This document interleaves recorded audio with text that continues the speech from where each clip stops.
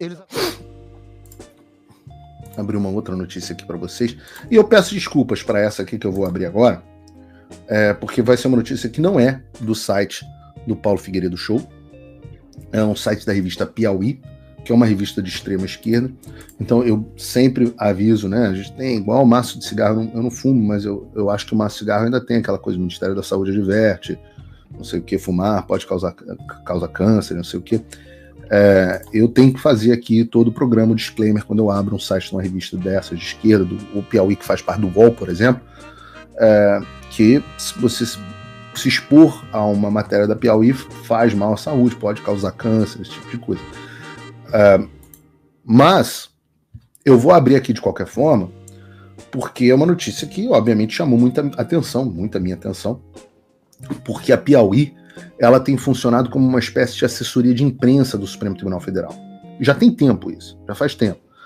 Tudo que o Alexandre quer vazar, eu não vou dizer que quer vazar, porque eu não posso acusar levianamente de vazamento, né? Quem gosta de fazer acusações levianas é ele, mas tudo que o Alexandre, que seria interessante para o Alexandre que saísse na imprensa, todos os recados que, em tese, como ele gosta de dizer nas decisões dele, podem configurar vazamento e seria interessante para que fossem para na imprensa, curiosamente cai na Piauí, né? A Malu Gaspar da Piauí tinha uma detalhada ali descrição das coisas que aconteciam no Supremo Tribunal Federal. Funcionava mesmo como assessoria de imprensa. Pois hoje a Piauí publicou essa notícia e essas coisas acabam chegando até a mim e eu quero compartilhar com vocês. A notícia é intitulada O Café Secreto de Alexandre de Moraes e Valdemar da Costa Neto. O Café Secreto de Alexandre de Moraes e o presidente do partido Bolsonaro. Vou ler aqui com vocês a notícia. Enquanto bolsonaristas se articulavam para limitar decisões monocráticas do Supremo, o presidente do PL foi à casa do ministro e prometeu ajuda para barrar o projeto. Veja o que eu estou dizendo. Veja o que está dizendo a reportagem da Piauí. Está dizendo que o presidente do partido Bolsonaro foi à casa, em segredo, à casa do Alexandre de Moraes e prometeu barrar o PL que limitava as decisões monocráticas do Supremo, que foi colocado para votar pelo Rodrigo Pacheco. Tá aqui. O Senado aprovou em 22 de novembro do ano passado uma proposta de emenda à Constituição que limita as decisões monocráticas do STF. 52 a favor, 18 contra. Se for avalizada pela Câmara, a proposta vai mudar muita coisa no Supremo. Os ministros não poderão mais individualmente tomar decisões que anulem atos do presidente da República no Senado e na Câmara. Pedidos de vistas deverão durar no máximo 6 meses, podendo ser renovados uma única vez por até 90 dias. Em suma, o mínimo da moralidade, assim, o básico. Aquele sarrafo lá embaixo para até anão pular, né? A PEC foi abraçada de corpo e alma pelo bolsonarismo. Não sei porquê, não por todos, mas dos 12 senadores do PL, partido do ex-presidente Bolsonaro, 11 votaram a favor da proposta, à exceção do Romário. E não tem nada que o Romário é aquele cara que nunca vai me decepcionar, porque a minha expectativa em relação ao Romário é a mais bosta que alguém pode ter do senador do meu Rio de Janeiro. A PEC foi babá. Nos bastidores, sem que ninguém soubesse, o presidente do partido, Valdemar Costa Neto, tomou o caminho contrário. Numa manhã de novembro, dias antes da votação, o ministro Alexandre de Moraes o convidou para o seu apartamento funcional em Brasília e pediu que lhe ajudasse a sensibilizar os senadores do PL a votarem contra a PEC. E isso aqui, por si só, já é uma atividade criminosa, que é descrita com a maior naturalidade, porque você tem um ministro do Supremo Tribunal Federal fazendo lobby, interferindo no funcionamento do Congresso Nacional, o que virou rotina. O Rodrigo Pacheco está lendo essa notícia aqui e está achando normal. Interlocução, isso deve ser considerado interlocução normal entre os poderes. Um ministro do Supremo Tribunal Federal chama o presidente do maior partido do Brasil para fazer lobby contra uma lei que limita os poderes justamente da atuação desse cara. O café da manhã dos dois ficou fora das agendas e nunca foi divulgado. Valdemar se prontificou a atender o pedido de Moraes e telefonou para parlamentares do seu partido, conforme revela a reportagem da Thaís Oyama na edição deste mês da Piauí. Voltaremos a Thaís Oyama daqui a pouquinho. Não se sabe bem o quanto esforço o Valdemar repreendeu. O certo é que não deu frutos. Os senadores do PL não abdicaram da oportunidade de desferir um golpe contra o Supremo, mas o episódio circulou nos corredores de Brasília. Em janeiro, sentindo a necessidade de afagar os bolsonaristas, o Valdemar deu uma entrevista em que defendia o impeachment do Moraes e chamava de frouxo o Rodrigo Pacheco por não abrir a iniciativa do processo. Correto, Valdemar. Pacheco, irritado, fez uma publicação no X, sem mencionar o nome do presidente do PL, afirmando que considerava difícil conversar com gente que defende publicamente o impeachment de ministro para iludir os seus adeptos, mas nos bastidores passa pano quando trata do tema. E a gente conversou sobre isso aqui, sobre o Pacheco, dizendo, olha, o Valdemar joga essa para a plateia dos bolsonaristas, mas no final das contas ele faz campanha aqui para defender as pautas do STF. Aí diz aqui, para quem conhece o presidente do PL, nada disso surpreende. O Valdemar pavimentou sua longa carreira com método, pragmatismo e uma fé incondicional na ideia de que é dando o que se recebe. Aqui já é a jornalista botando a opinião dela. Aliás, a matéria não é assinada, tá? Numa hora afaga o bolsonarismo, noutra o arquirrival do bolsonarismo. Essa elasticidade fez com que o Valdemar transformasse o PL numa fulgurante exceção nesses tempos de polarização. Um raro caso num partido que cabe Bia Kicis, Carla Zambelli, Eduardo Bolsonaro e também parlamentares como João Carlos Bacelar, Júnior Lourenço e Fernando Diácono. Esses últimos, essa parte é importante, por serem próximos a Valdemar, compõem a ala que os bolsonaristas chamam de PL do V, PL do Valdemar. É verdade, os deputados chamam assim mesmo. Como esses parlamentares estão entre os que mais recebem emendas individuais no primeiro semestre do governo Lula, também foram apelidados de emendistas. Dizem deputados do PL que com os bolsonaristas Valdemar faz votos e com os emendistas pisca para o governo. A relação de Valdemar com o governo do PT não poderia ser melhor, confirma, não ser ironia, um expoente petista, que é quem conversa com a Piauí. Em outubro de 2021, aqui é menos relevante. Essa é a parte menos relevante. E eu vou dizer para vocês o que eu penso sobre essa reportagem. Eu prometi que eu falaria sobre ela hoje no Paulo Figueiredo Show. Aliás, obrigado pela enorme audiência que a gente já está tendo aqui. Já passamos das 10 mil pessoas logo no início do programa. Agradeço a todos aí que estão clicando no like, dando RT, etc, etc. Mas eu vou dizer a vocês tudo que eu penso sobre essa reportagem. Em primeiro lugar, a minha presunção é de falsidade. A minha presunção é de que é mentira. Tudo que sai na Piauí, para mim, deve ser mentira. Ou pelo menos 90%. A Thaís Oyama, citada aqui como origem de reportagem e tal, eu trabalhei com ela na Jovem Pan, e é uma mentirosa compulsiva que eu aposentei ao vivo no ar.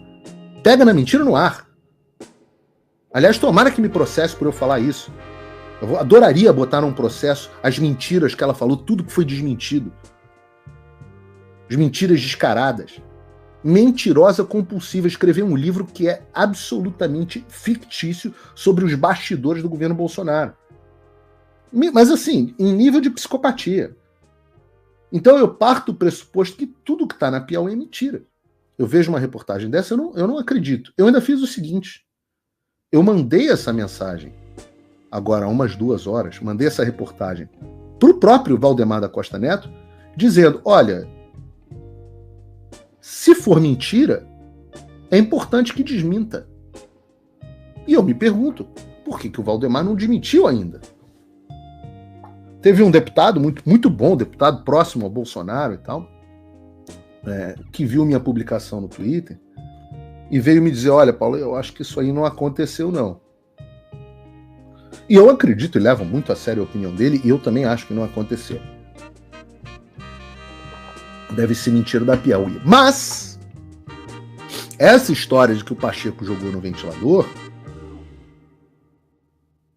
de que o Valdemar trabalha em favor das pautas do governo e das pautas do STF, isso é verdade segundo os próprios deputados da oposição. E eu já abordei esse assunto aqui antes, inclusive na companhia do meu querido senador Magno Malta, que eu espero que esteja totalmente recuperado, Mas numa entrevista que eu fiz pessoalmente com ele aqui no estúdio, eu abordei esse assunto. Porque ele é um cara muito próximo do Valdemar, quer dizer, um cara que fez a ponte pro Bolsonaro ir pro PL e tudo mais. Então é tido isso como verdade. Agora, também é verdade, isso é indiscutível, o que está dizendo aí na reportagem, que os deputados ligados ao Valdemar, os chamados emendeiros, o PL do V, eles votam em favor com o governo. Isso é um fato. Aliás, cadê aquele site? Eu tenho que abrir aquele site maravilhoso que tem lá os deputados, inclusive do PL, que votam com o governo. Tem um deles, que é citado nessa reportagem aqui, o Bacelar, homem do Valdemar no PL, né, no PL da Bahia. Ele foi eleito com 5 mil votos a mais do que o André Porciúncula. Vocês devem lembrar do André Porciúncula, que foi secretário da Cultura, audiovisual, sei lá qual era exatamente o título que ele tinha. Trabalhava na área de cultura com o Bolsonaro. Esse Bacelar do Valdemar teve 5 mil votos a mais do André Porciúncula, que acabou ficando na suplência. Então, por que esse cara ganhou? O Valdemar enfiou um caminhão de dinheiro na campanha do cara. Contra, de certa forma, o André. Então, aí você vê na sua cabeça, será que você queria um André Porciúncula? Você que está no chat me responde, você preferia um André Porciúncula, que é um dos caras mais inteligentes ligado ao bolsonarismo, botou para arrebentar com os artistas mamateiros, ou se você quer o tal do Bacelar, que vota com o PT em absolutamente tudo. E eu pergunto, é coincidência que esses caras estejam votando com o governo, que justamente os caras mais próximos ao Valdemar acabam votando com o governo? Por que os deputados do Valdemar votam diferente dos deputados do Bolsonaro? Por que o Valdemar empurrou o Nunes goela abaixo do Bolsonaro em São Paulo como candidato contra o Ricardo Salles, que estaria aí com um baita nome? O Pablo Marçal vai acabar navegando e tendo uma boa votação, não sei o quanto. Apesar de não ter ido bem na entrevista que ele fez no Bradock, vamos ver se ele melhora. Mas justamente pela falta de espaço, porque o PL, o Valdemar enfiou um Nunes goela abaixo do Bolsonaro. E por que o Bolsonaro teve que aceitar?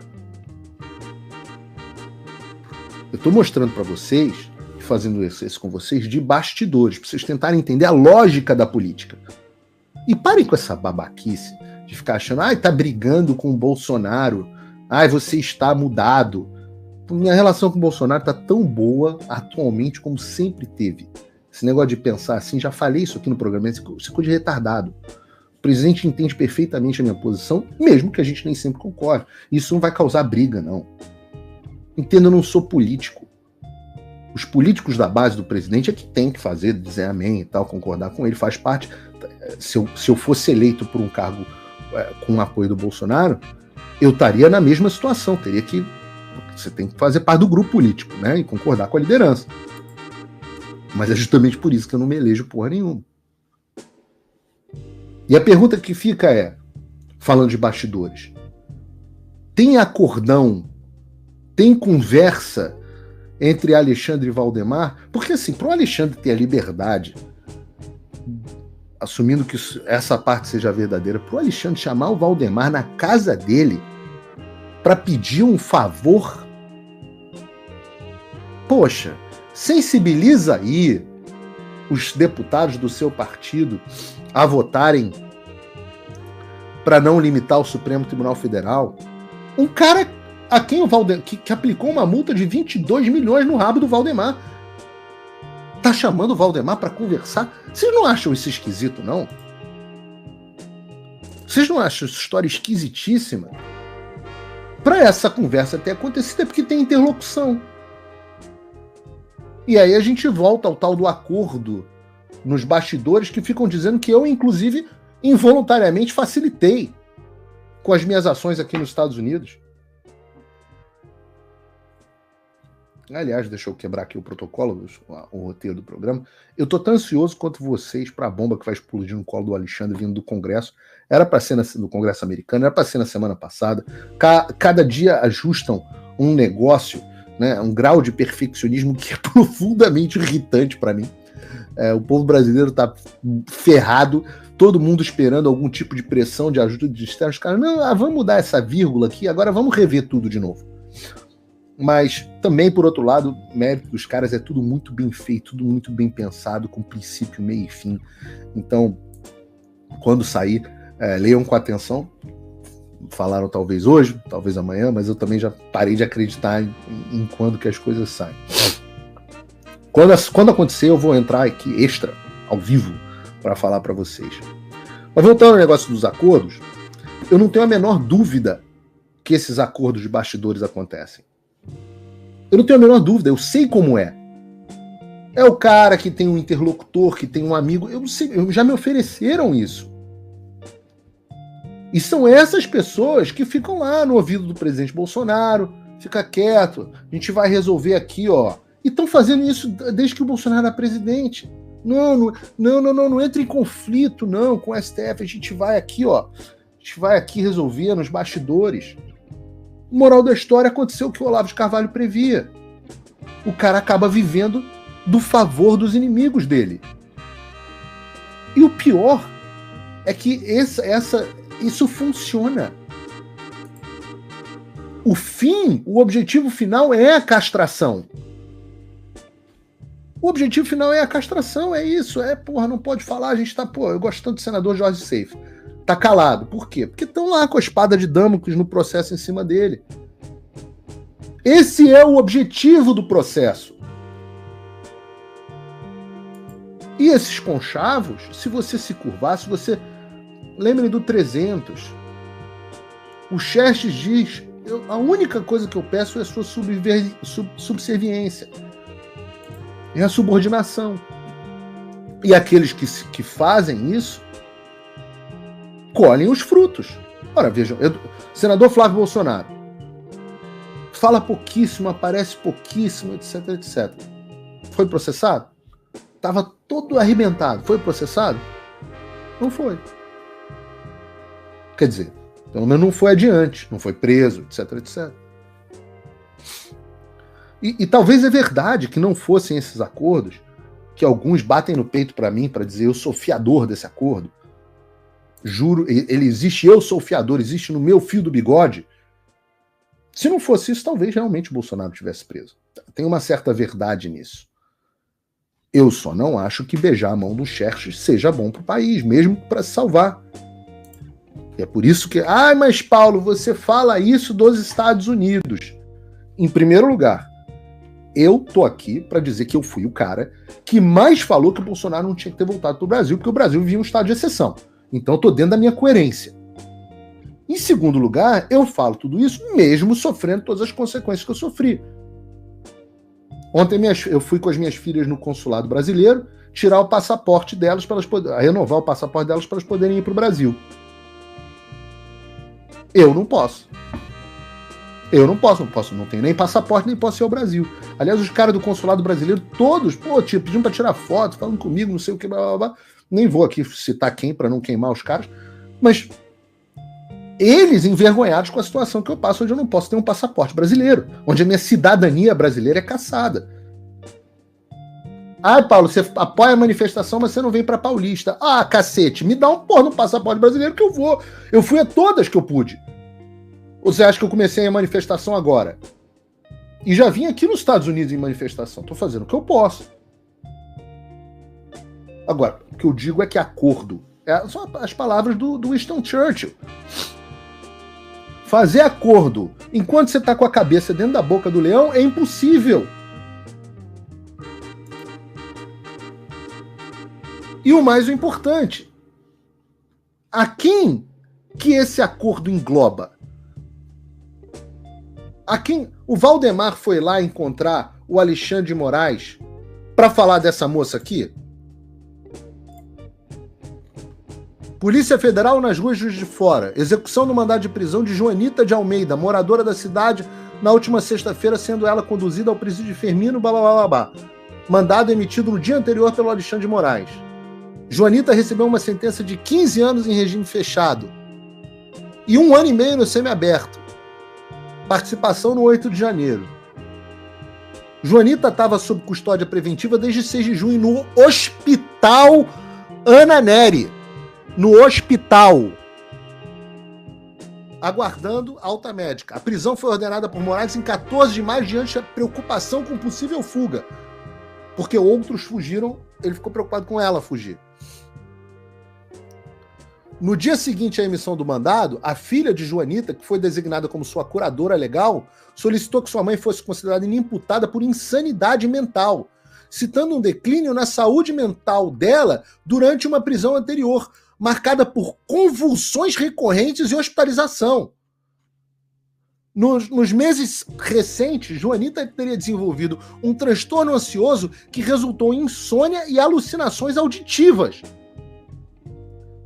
A defesa também relatou impulsividade exacerbada, sintomas depressivos severos, anedonia, incapacidade de sentir prazer, desesperança profunda, instabilidade emocional e ideias suicidas persistentes.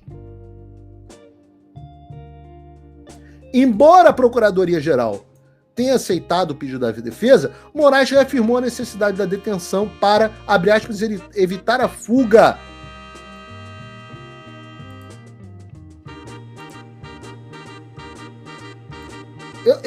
Desculpa, eu sei que tem gente que fica chateado, mas eu tenho que perguntar, o acordo inclui a Joanita? Ou não? Eu me pergunto, o cara enlouqueceu a moça. Porra, entendam, gente, pelo amor de Deus, entendam. São vidas destruídas, eu conheço algumas dessas pessoas. Eu converso com filha, eu converso com mãe. Tem uma menina que é minha patrona, que o irmão dela, eu não vou dizer quem é, mas era uma figura que estava presa. E a mulher pediu, pelo amor de Deus, para conversar com alguém. Então eu conheço o aspecto humano dessa história. Eu vou fazer acordo para me livrar, deixando a Joanita para trás, que não tem a menor condição de fazer acordo com ninguém, porque tá fodida num hospital, desculpa, tá ferrada num hospital, é porque eu fico indignado com essa história, tá ferrada num hospital, com tendências suicidas, alucinações, etc., e ela não tem condição de fazer acordo. Então o que eu falo? Pô, vamos pra rua, eu vou fazer o que dá, eu vou fazer pressão aqui no Congresso dos Estados Unidos, vou em todos os veículos que eu puder, vou no Steven Crowder, vou no Dennis Prager, vou onde for.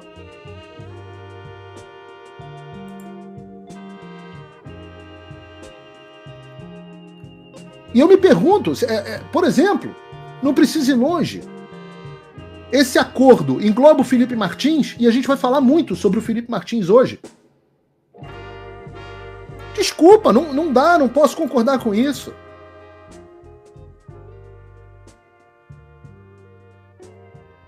Quem mais faz parte desse acordo? Esse aqui faz também? Esse aqui faz parte do acordo também? Está no acordo? Condenado pelo 8 de janeiro, continua na prisão após decisão do André Mendonça. Cara, uma das coisas que eu sentei lá no Congresso dos Estados Unidos, e tive que ouvir calado porque era verdade, era de que os 2 juízes ministros nomeados pelo Bolsonaro para o STF avalizaram as ações do Alexandre. E avalizam. Nessa semana, o ministro André Mendonça, nomeado pelo Bolsonaro, manteve a prisão preventiva de um contador do 8 de janeiro.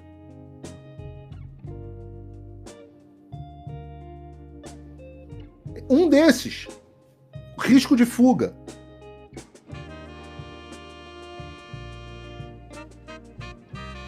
Ah, mas ele seguiu o entendimento do STF, que é um entendimento fajuto do STF, e esqueci o nome da súmula aí, os advogados no chat podem dizer, que não se admite decisão, não se admite habeas corpus no STF contra a decisão do próprio STF. E aí, o terrivelmente terrível, ele dorme tranquilo, e vai na igreja domingo, tranquilo, fala assim, poxa, queria até ter ajudado, mas tem esse entendimento aqui do habeas corpus da corte, né? E eu não posso ir contra o entendimento da corte. Imagina se fosse o contrário. O que essa corte fez para soltar o Lula? Mas a Joanita, ou o Luiz Carlos de Carvalho Fonseca, de 63 anos, que foi condenado a uma sentença de 17 anos de prisão, Aí, esse aí não, tem que seguir a súmula. Tem que seguir a súmula. Esse é o terrivelmente evangélico. É o terrivelmente terrível. E vocês não querem que eu critique a decisão de apontar, de sugerir um cara desse pro de submeter um cara desse para o Supremo Tribunal Federal, de escolher um nome desse para o Supremo Tribunal Federal?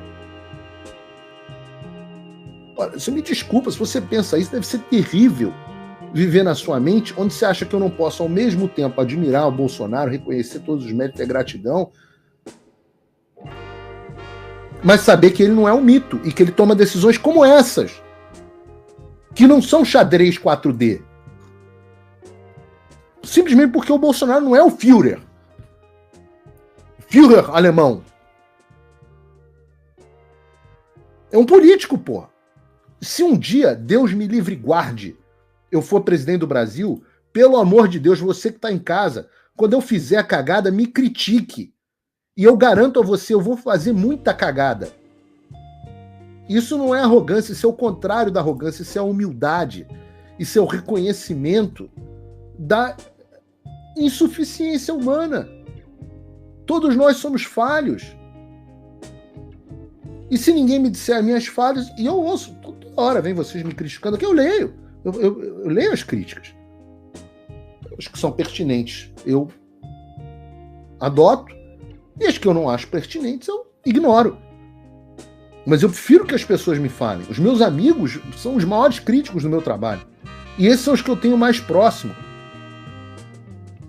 Eu adoro conversar com gente que eu discordo, porque são só essas que podem me ensinar alguma coisa. As que eu concordo não me ensinam nada, porque já é o que eu falo.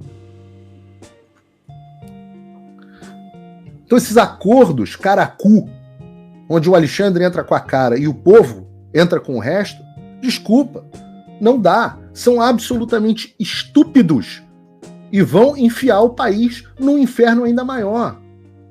Às custas, como aliás o meu avô previu, às custas de muito sangue do povo brasileiro. E não deixa de marcar o seu like e se inscrever no canal se você não inscreveu, e se inscrever no meu novo perfil na rede do Elon Musk, que eu quero chegar a pelo menos 100 mil pessoas em breve. Até a próxima.